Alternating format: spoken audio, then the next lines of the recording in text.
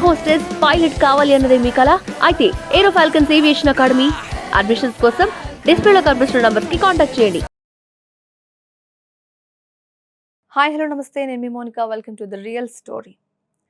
చరిత్రలో దాగి ఉన్న ప్రభుత్వం అంటే బ్రీఫ్ కేసుల్లో దాచిపెట్టిన రికార్డులు అవన్నీ ఉన్నాయి అనమాట. సో ఒక గోప్యత వ్యూహం, ఒక దేశ యొక్క మొత్తం ప్రభుత్వం, మంత్రులు, కీలక రికార్డులు, రక్షణ దస్త్రాలు అన్నీ కేవలం ఒక ఎయిర్ రైడ్ షెల్టర్. దీనిలో ఒక పట్టణం మధ్యలో ఎవ్వరికీ తెలియకుండా దాచి ఉంచారంట. నమ్ముతారా? నమ్మక తప్పదు. చరిత్రను తిరిగేస్తే రెండో ప్రపంచ యుద్ధ సమయంలో శత్రువుల దాడి నుంచి వాళ్ళ పాలనని కాపాడుకోవడానికి బ్రిటన్ దేశం అమలు చేసిన ఒక అద్భుతమైన అతి గోప్యమైన వ్యూహం ఏంటి అంటే మన కళ్ళు బయలుగా మెల చేస్తుంది. రద్దీగా ఉండే వీధి కింద దాదాపు 50 అడుగుల లోతులో ఒక సొరంగం ఉంది. అక్కడ ఆ దేశ భవిష్యత్తుని దాచిపెట్టారు. ఇది సైన్స్ ఫిక్షన్ కథను తలపించేలా ఉన్న ఒక సత్యం.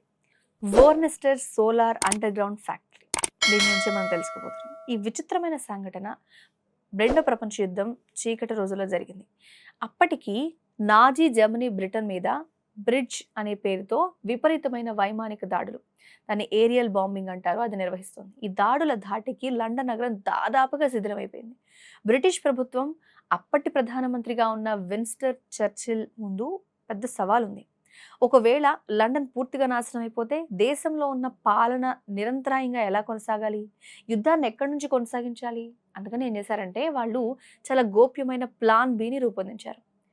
ఇది గోప్యతకు పరాకాష్ఠానే చెప్పాలి. భూగర్భంలో పాలనా సౌధం నిర్మించారు. ఈ ప్రణాళికలో వాళ్ళు ఏం చేశారంటే ఇంగ్లాండ్లో వోర్న్స్టర్ అనే పట్టణాన్ని ఎంచుకున్నారు. అక్కడ చాలా రద్దీగా ఉండే వీధి కింద ఒక మాజీ ఎయిర్ రైడ్ షెల్టర్ని విస్తరించి ఉంది. ఒక పూర్తి స్థాయి అండర్ గ్రౌండ్ కార్యాలయాన్ని వాళ్ళు నిర్మించేశారు.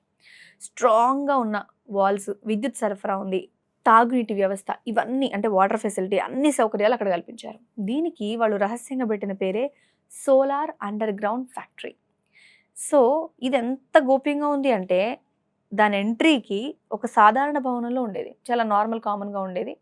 స్థానిక ప్రజలకు కేవలం అదొక స్టోర్ రూమ్లా మాత్రం కనిపిస్తుంది. కానీ దాని లోపల దాదాపుగా 50 అడుగుల ఎత్తులో బ్రిటన్ దేశం యొక్క మొత్తం పాలనా వ్యవస్థ దాక్కుని ఉంది. సో బ్రీఫ్ కేసుల్లో దేశ భవిష్యత్ అంతా జర్మనీ దాడి తీవ్రమైతే కనుక లండన్ నుంచి తరలివచ్చే మంత్రులు, కీలక అధికారులు ఈ సొరంగంలో వాళ్ళ కార్యకలాపాలను నిర్వహించడానికి చాలా రెడీగా ఉండేవాళ్ళు. కానీ అంతకంటే ముఖ్యమైన విషయం ఇంకోటి ఉంది. ఆ దేశం యొక్క విలువైన ఆస్తులు ఇక్కడే ఉన్నాయనేది మెయిన్ పాయింట్. అనేక రకమైన రికార్డులు, ప్రభుత్వంలో అత్యంత విలువైన చారిత్రక ఇంకా పరిపాలన రికార్డులు అన్నీ కూడా అక్కడ ఉన్నాయి. రాయల్ మింట్ అంటారు దీన్ని. అదేంటి అంటే బంగారు నిల్వలు కూడా ఉన్నాయి. సో ముఖ్యమైన యుద్ధానికి సంబంధించిన డాక్యుమెంట్స్, కొన్ని రక్షణకు సంబంధించిన డాక్యుమెంట్స్ ప్రత్యేకంగా తయారు చేసి బ్రీఫ్ కేస్ ఇంకా డబ్బాల్లో ఉంచారంట. సో ఈ సొరంగంలో చాలా సురక్షితంగా వాటిని దాచారంటే ఒక దేశంలో ఉన్న మొత్తం పాలన, దాని చరిత్ర, సంపద అన్నీ కలిపి ఒక డబ్బాలో భూగర్భ సొరంగంలో దాగి ఉన్నాయన్నమాట.